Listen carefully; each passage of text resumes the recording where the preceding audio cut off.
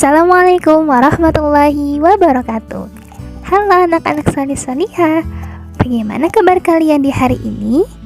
Semoga kalian semua selalu dalam lindungan Allah Subhanahu wa Ta'ala. Amin. Nah, anak-anak, berjumpa lagi dengan Bu Raden. Pada kesempatan hari ini, kita akan belajar mengenai perilaku terpuji. Namun, sebelum kita belajar, mari kita berdoa bersama-sama terlebih dahulu agar Allah Subhanahu wa Ta'ala memudahkan dan juga memberikan kelancaran kepada kita semua dalam belajar.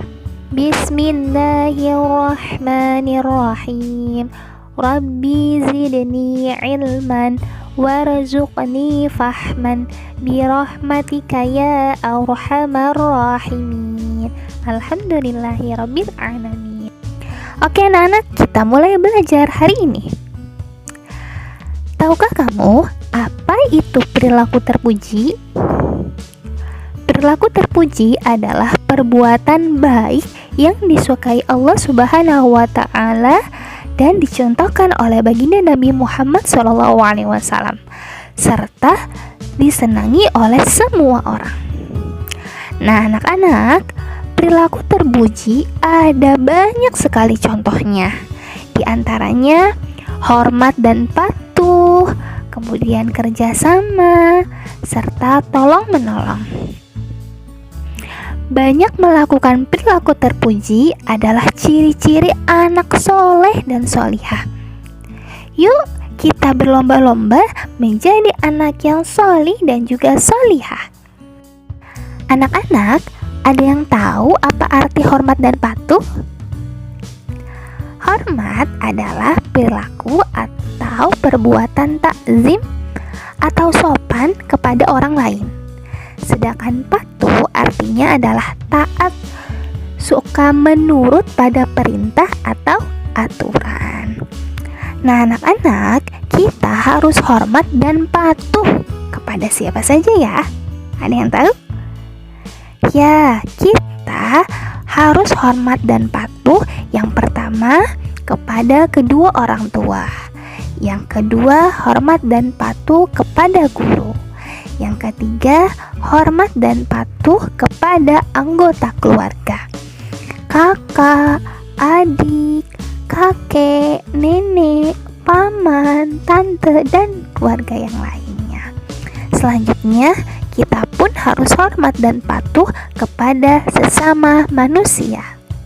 Contoh hormat dan patuh kepada kedua orang tua. Yang pertama, berbicara dengan baik dan sopan. Tidak boleh berteriak-teriak. Seperti firman Allah Subhanahu wa Ta'ala yang berbunyi, "Maka kamu jangan berkata kepada kedua orang tuamu." Nah, anak-anak, berkata saja sudah tidak boleh, apalagi berteriak-teriak atau meninggikan suara kepada kedua orang tua. Tidak boleh ya. Baik, contoh perilaku hormat dan patuh kepada kedua orang tua yang kedua adalah patuh pada perintahnya. Ya anak-anak, apabila orang tua kita memerintahkan kita untuk melakukan hal baik, maka kita harus segera melaksanakannya ya. Kemudian contoh yang ketiga, mendengarkan dan melaksanakan nasihat orang tua. Dan contoh yang keempat adalah mengucap salam ketika berangkat atau pulang sekolah, atau mengucap salam ketika kalian hendak bermain. Oke, baik anak-anak, itulah beberapa contoh perilaku hormat dan patuh kepada kedua orang tua. Nah anak-anak, orang tua harus kita hormati dan kita patuhi, karena merekalah yang telah membimbing dan menyayangi kita dari kita kecil hingga saat ini. Jika kita tidak hormat dan patuh kepada mereka, kita termasuk anak yang durhaka. Nauzubillah. Dan tahukah kalian, anak yang durhaka itu dibenci Allah Subhanahu wa Ta'ala. Kemudian dibenci orang tua, guru, dan teman-teman. Dan anak yang durhaka akan dimasukkan ke dalam neraka yang apinya menyala-nyala. Nauzubillah tsumma nauzubillah. Yuk, mari kita hormati dan patuhi kedua orang tua kita agar kita menjadi anak-anak yang soleh dan juga solihah. Contoh hormat dan patuh kepada guru. Yang pertama adalah memperhatikan guru ketika sedang menjelaskan pelajaran. Contohnya seperti saat ini, ketika sedang Zoom, anak-anak diharapkan menyalakan kameranya. Tidak boleh coret-coret dan tidak boleh chattingan. Kemudian contoh yang kedua adalah ketika bertemu guru, ucapkanlah salam dan jabatlah tangannya sambil tersenyum. Kemudian contoh yang ketiga, berbicaralah dengan baik dan sopan. Lalu contoh yang keempat, jika kalian lewat di depan guru kalian, berjalanlah dengan menunduk sambil mengucapkan permisi. Lalu contoh yang kelima, jika hendak bertanya, maka mintalah izinnya dengan mengangkat tangan terlebih dahulu. Nah, anak-anak, itulah beberapa contoh perilaku hormat dan patuh kepada guru. Kamu harus hormat dan patuh kepada mereka ya. Kepatuhan dan hormat kamu terhadap guru sama seperti kepada kedua orang tuamu. Contoh hormat dan patuh kepada sesama anggota keluarga. Yang pertama, saling menyayangi. Jadi, kepada anggota keluarga, kita harus saling menyayangi. Misalnya, kakak menyayangi adik, begitupun adik. Adik menghormati kakaknya. Lalu contoh yang kedua, saling membantu atau tolong menolong. Misalkan ketika ibu meminta tolong kalian untuk membersihkan kamar kalian, maka kalian harus membersihkan kamar kalian. Lalu contoh yang ketiga, tidak mengganggu satu sama lain.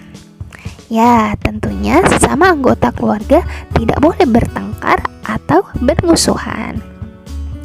Nah, anak-anak, keluarga itu ibarat sebuah bangunan.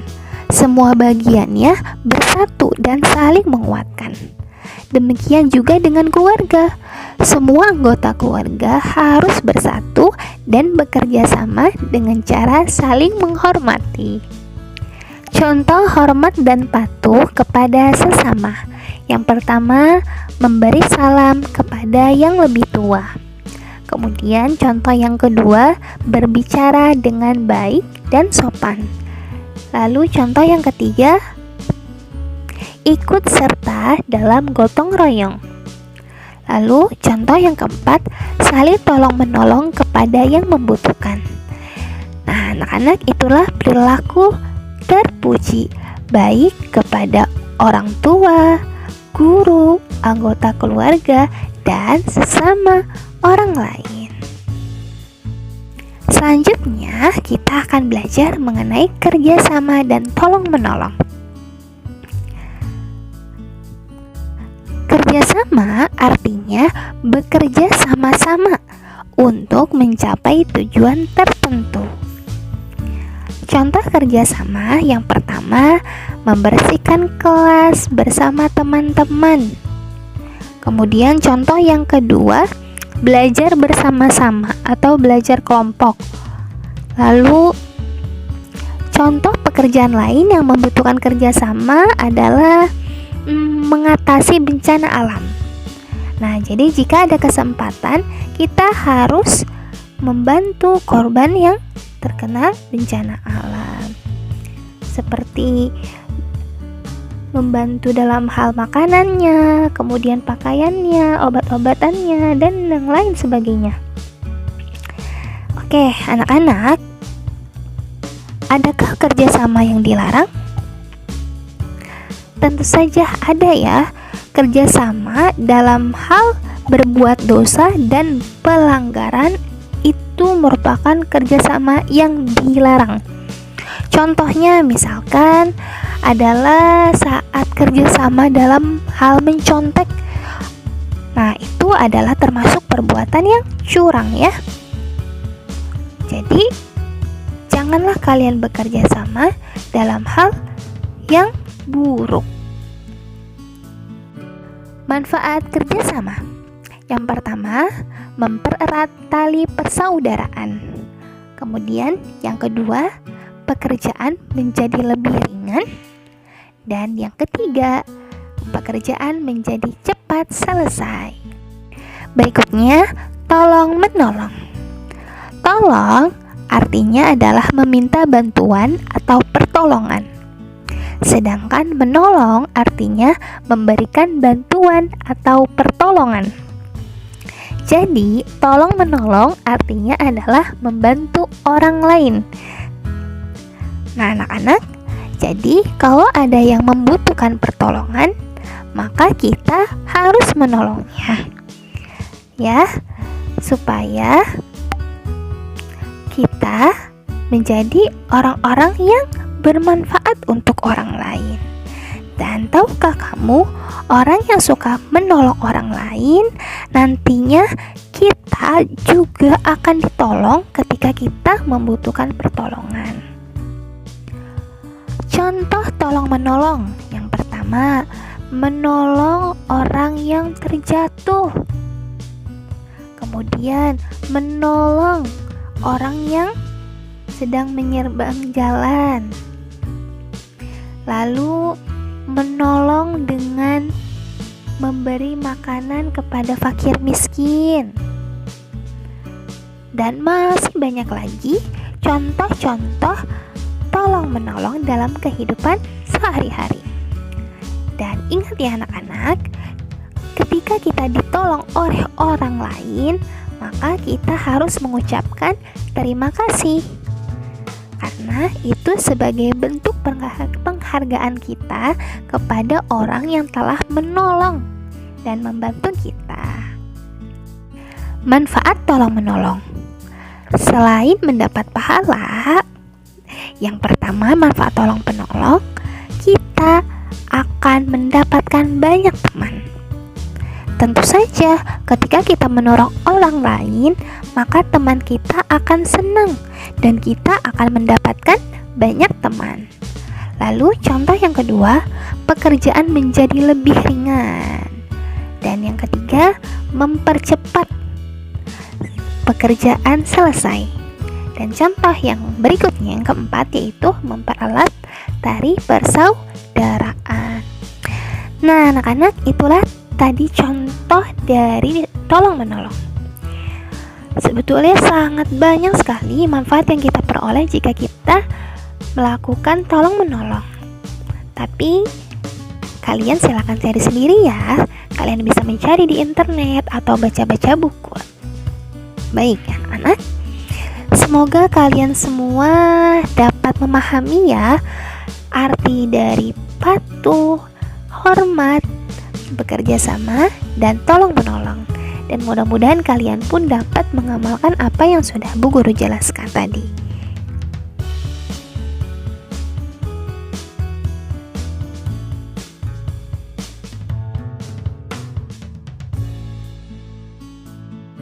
Baik, demikianlah pembelajaran di hari ini. Semoga apa yang sudah Bu Guru sampaikan dapat kalian pahami dan juga kalian amalkan ya, atau kalian aplikasikan dalam kehidupan sehari-hari. Baik anak-anak, mari kita tutup kegiatan belajar hari ini dengan membaca hamdalah. Alhamdulillahirrabbilalamin. Lalu kita baca doa kafaratul majlis. Subhanakallahumma wa bihamdika asyhadu an la ilaha illa anta astaghfiruka wa atubu ilaik. Wabillahi taufiq wal hidayah. Wassalamualaikum warahmatullahi wabarakatuh.